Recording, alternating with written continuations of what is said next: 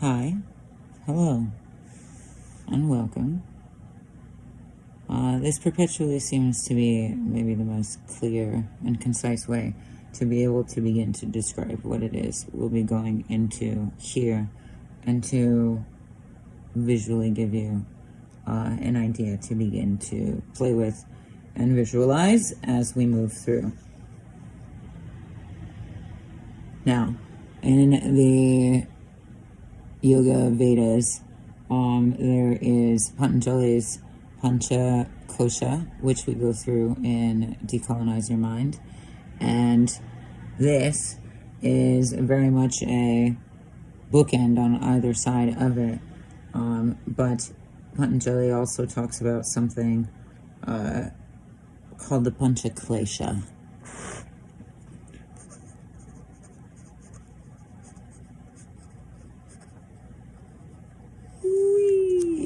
Pancha being 5, Klesha being closely related to, if not as best as we can translate, some form of impurity, corruption,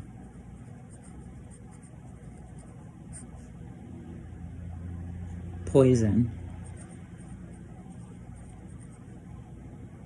deriving or residing in the mental state, or in a state of, in some way. These can also be described as obstacles.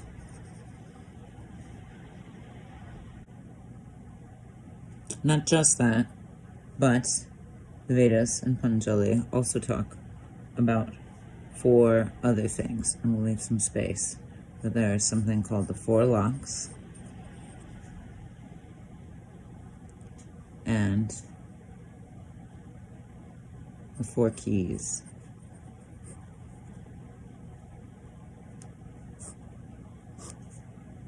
Why are these important? Because the Pancha Klesha is a 5. The 4 locks are very much the space that it resides in. The Pancha Klesha is inside. And also intermittent with these. Of the 4 locks, we have Sukha, or happy people. We have Dukkha, or unhappy people. We have Punya, or virtuous people, virtuousness, and Atpunya, not so virtuous.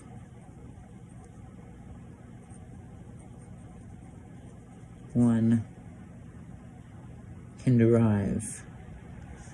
Now, of these 4 locks, or perhaps even seen in this way, much like in the Bandha, in which case this would be you in meditation. Of these, the 4 keys to unlock these locks is Maitri, which is a loving kindness,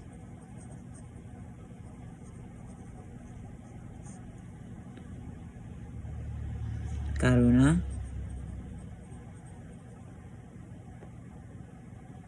or compassion,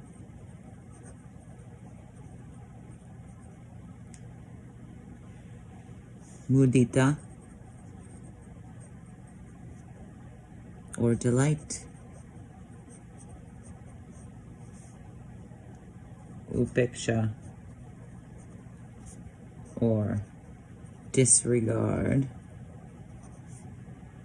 or equanimity, so neutral rather than hate. We'll add that. Now, of these, and much like in Decolonize Your Mind, also delineates an element. The West would be loving kindness, much like it is not just a haver but a holder of energy, much not like it does not just hold or keep like the South, but nurtures it to send back to the North. Karuna, or compassion, would be the South, and in equal parts the fear and aversion that we have in our roots, but also the source of loving and the source of that power and inspiration and will as we move. East in mudita, delight and joy, very much an energy that continues to thrive or grow or move or share, which would be Eastern direction in momentous energy. And the North here, particularly above equanimity, because it is not just about holding, but in the ways that we reciprocate or take back and face or neutralize adverse experiences and feelings, rather than just feed into the opposite, much like East and Western directions can drive a person mad. Speaking of East and West and that fricative state or polarity and tension that exists there is precisely what exists here in these locks. And so you can directly apply them to the direction as well. So Sukha would be west, Dukkha south, Punya east, virtuous, very much about action, and north, Apunya, not so virtuous. How funny and identifying of the times. However, in lacking judgment and in healing, this is very much where we take seriously the actions toward healing, toward reciprocity, our responsibility toward peace. This is very much a key concept of this North. Responsibility. And in applying these, how do you deal with happy people, more loving kindness, more holding of that? How do you deal with unhappy people? Compassion. Compassion to illuminate understanding. Compassion to illuminate possibility. Very much in the ways where, you don't necessarily know what somebody's going through. And it is an incredible meditative exercise to consider. What would it have taken you to get to that place, whatever that confrontational person may be? How do we deal with virtuous people? With delight. With delight, to acknowledge it, to revel in it, to bring light to it, to share in it, to celebrate it, is very much that celebration. And in that, perhaps even the ways in which we build community, how very Eastern. And upeksha, how to deal with apunya, or not so virtuous people, rather than with a strict hand or judgment, particularly. Disregard in the sense that, like, mind your business. Disregard in the sense of, like, if it don't hurt you, don't concern you. Why are you judging? Too often do we insert our opinions into other people's space, and we wonder why we all feel the eyes upon us.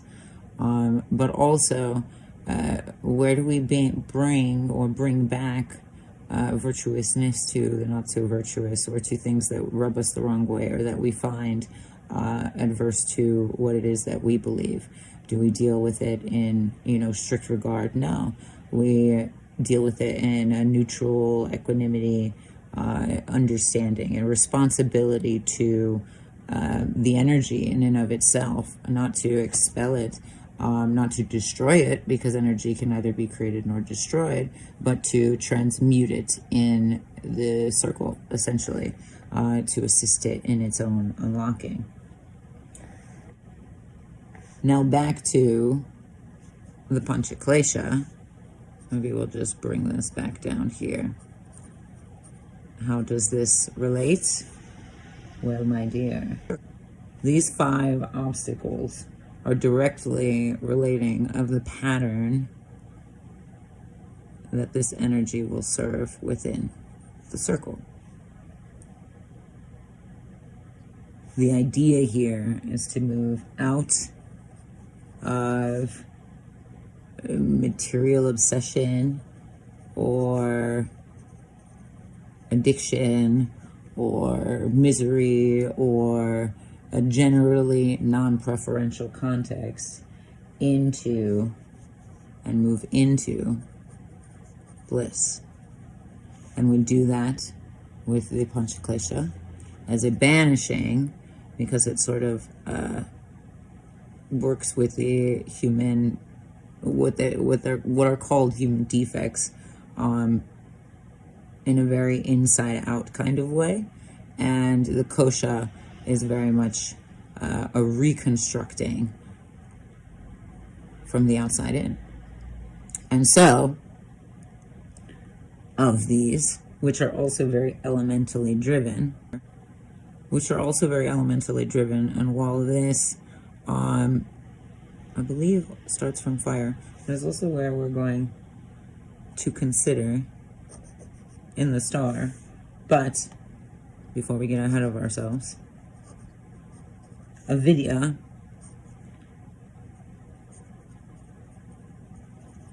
one of the first Klesha, or impurities or corruptions of the mind, poisons of the mind, is ignorance.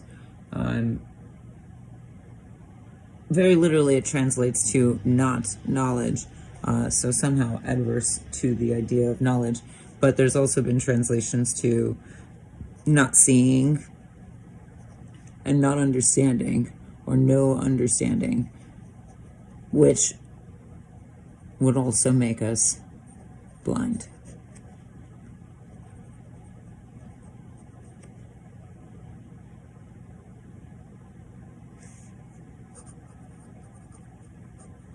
As mita is your egoism, not just the ego itself, but our attachment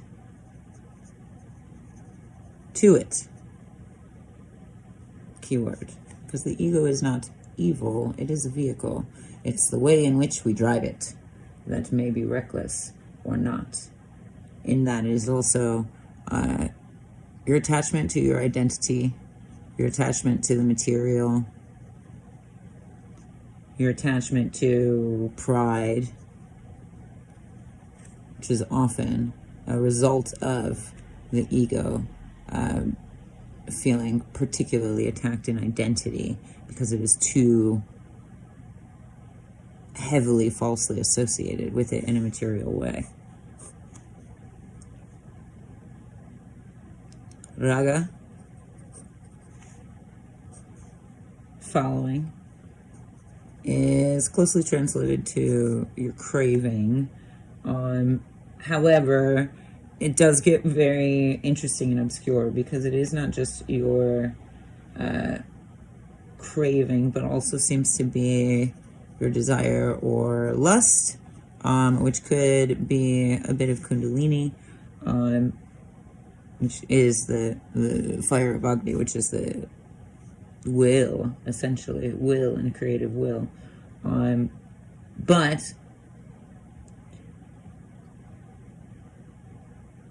among Buddhist or Hindu translations, can also be the color, hue, tint, or dye of a perception,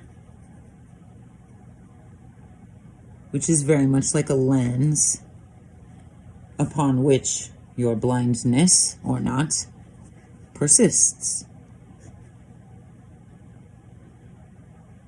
Could also maybe be understood as a stain or a blemish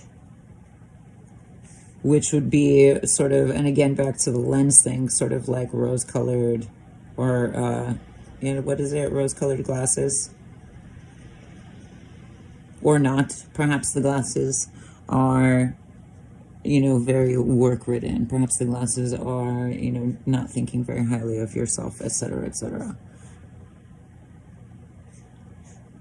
Devesha,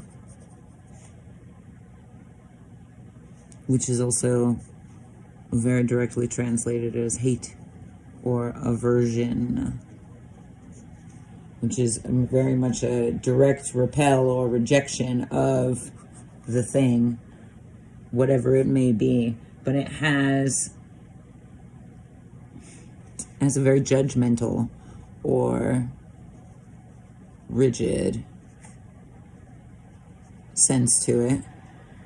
It's very much so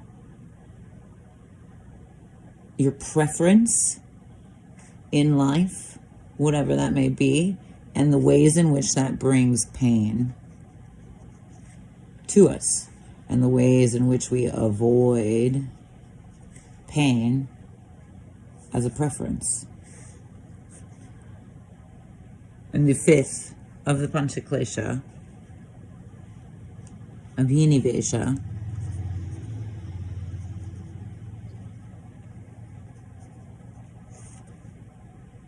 is sometimes more, it is your clinging to life, but is sometimes more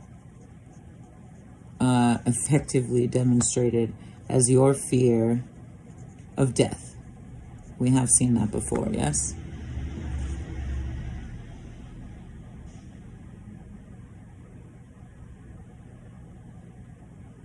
It is your will to live and your responsibility or activity to it, because it very much has to do with moving and momentum forward. So it's a very alive thing, and it's very averse to stagnancy, I would say. And much like we talk about in necromantic autopsy and the ideas of truth, a lie to ourselves would be, death of life and stagnancy, and truth to ourselves in progress or in working, or again, momentum, would be more closely defined as true or life, or the ways in which we find living patterns. With that being said, something that I noticed is upon this 4, not only do we have the 4 directions, but 4 locks and 4 keys multiplied, I do think can give you an overlaid idea of why the 8 limbs of yoga are so very necessary, and how they facilitate this momentum in an incredible way. With that being said, back to the elements. These are also very elementally driven, much like these. And avidya would be the mind space, very much so. And the ways in which we perceive or know or receive information.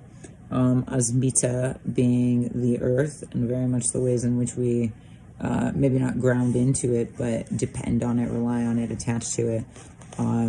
And yes, can ground into it when done balanced and healthy, yeah. Ragas, or raga, because it has so much to do with craving and desire and lust, and pride, much like fire, can be either your inspiration rising or your own undoing. And despite it having to do so much with what we would attach love to, because specifically Dvesha is very much defined by hate and emotions and the intensities with which we hold them. The antithesis to love is not hate, it is apathy. And so we have this sort of breaking of the cycle in the ways that emotions multiply or repeat. And Devesha very much rules that particular cycle. And the consolidation of it or release of it is very much where pain or avoidance is going to lie and going to, remain or flourish. And Abhivnesha would be spirit,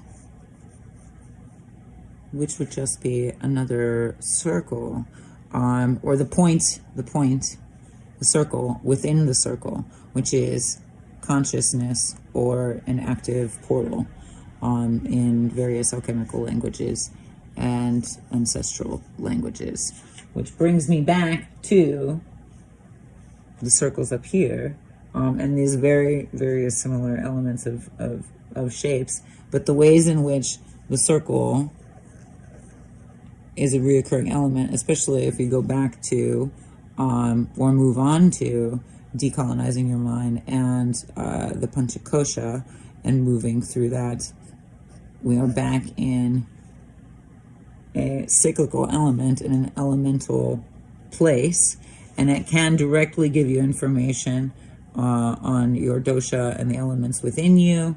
You can, in fact, scry in those ways, or the ways in which your mind state resides directionally, or the ways in which there's almost like antidotes for painful feelings, like complementary colors, and again, the cycle of harmonies, and the ways in which the golden ratio would collapse or expand. So, given all of these things, I want you to impregnate your mind with it. I want you to visually be able to, and maybe, tangibly be able to see what it is we're going to do. Bam. So, if that's not too much already, come along, my friend. Hehehe.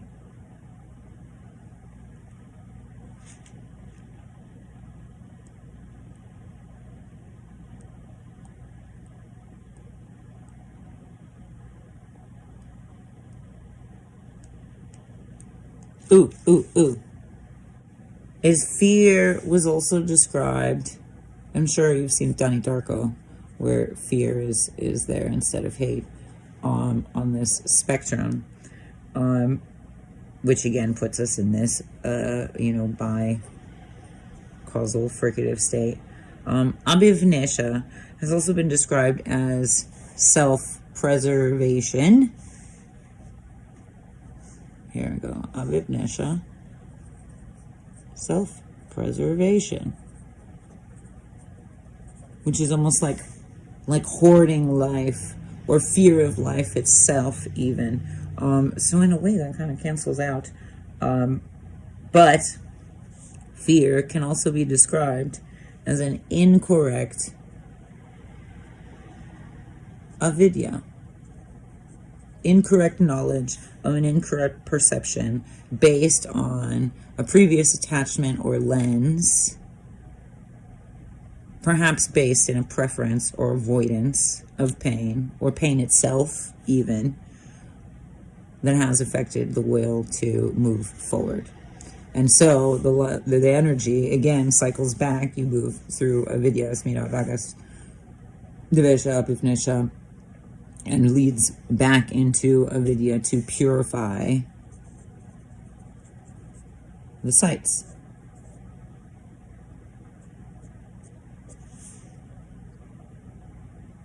And to eliminate that which is not pure sight. Rather than purity as in puritanical, consider pure as in clear, as in clarity, as in sovereignty, as in freedom from obstacles, as is in liberation from obstacles and obfuscation. So this whole system is designed to be able to regenerate within itself, which is why it has lasted so many years and years and years, much like the medicine wheel, and much like the circle in and of itself has been an ancient and ancestral symbol for longer than any of us can remember alone in this timeline. Okay, and we're off.